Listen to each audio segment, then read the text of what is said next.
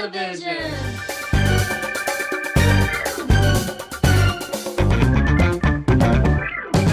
What's it been like for you guys to watch the reception, to see how people have really connected to the show and to the music that you guys are writing? It's just been a joy because this fan base is a wonderful audience. And they love to take things apart, the Marvel audience. They love to decode the mysteries and they love to make connections. We got to read the scripts early on in the process, but some of the fan theories were like, huh, did we read that wrong? I bet that's in there.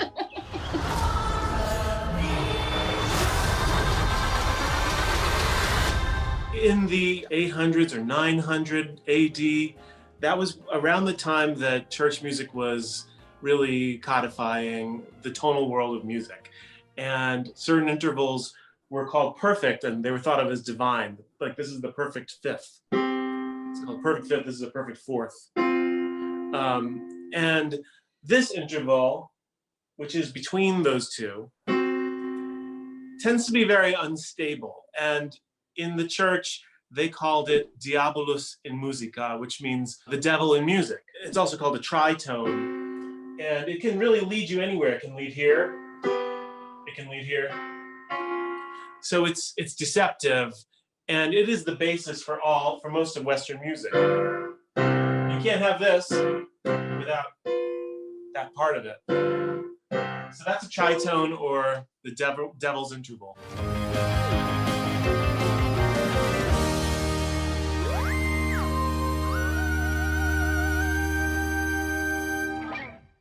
In the WandaVision motif that goes through all of the songs, which I give Bobby full credit for this. When we approached this project, he was a little unsettled by the idea of doing just theme after theme without something uniting it. So he said, if we're going to do this, we're going to find a motif that we bury in each one of these songs. And that's going to be the fun game that we play. And he wrote down like 4 or 5, but he played this first one for me,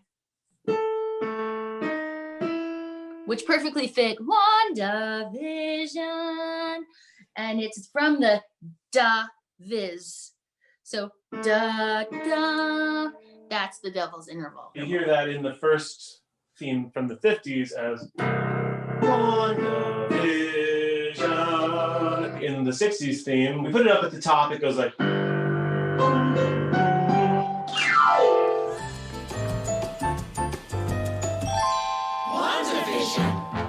in the 70s, it's a little more hidden in the 70s. It's really just at the end. Really just at the end. But you hear it in ba ba ba ba ba ba WandaVision. It's very disguised. It's very disguised major kind of way. Together 1 + 1 is family. WandaVision. And then in the 80s, we used it as the accompaniment of the intro.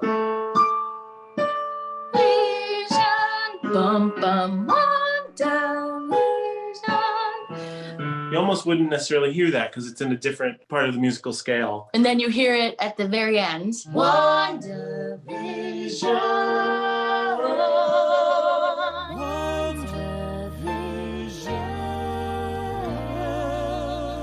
Clearly, there were different instruments that you wanted to use to evoke different decades. Was it always obvious, or did you have to kind of find it?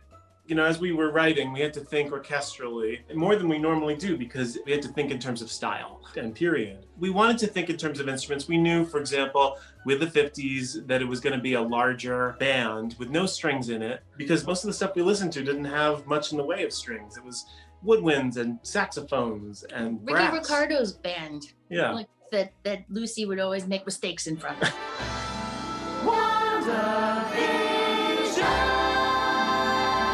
Then we knew for the 60s that it had to be a smaller piece. We wanted to find instruments that would differentiate it from the 50s, so we used a lot of bongos and shakers, and then we used something called a roxychord or an electric harpsichord. It's one of the instruments that goes.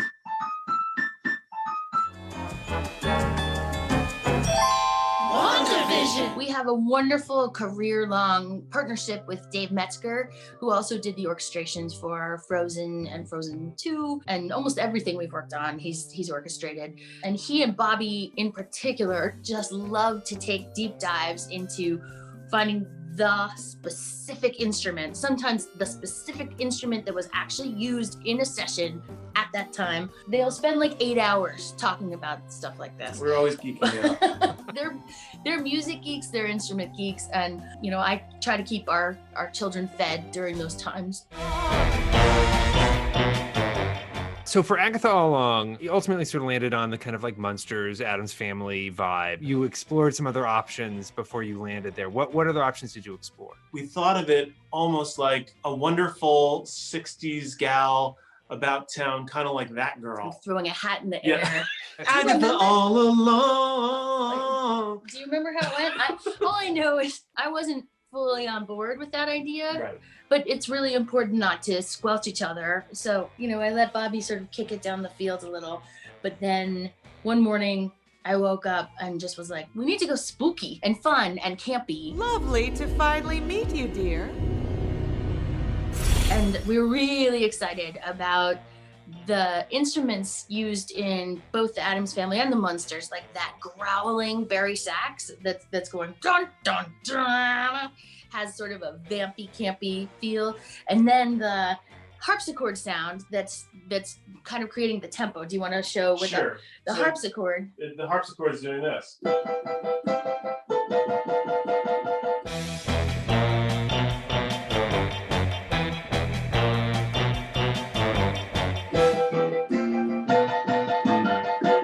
So the harpsichord sound was the instrument you used in Addams Family.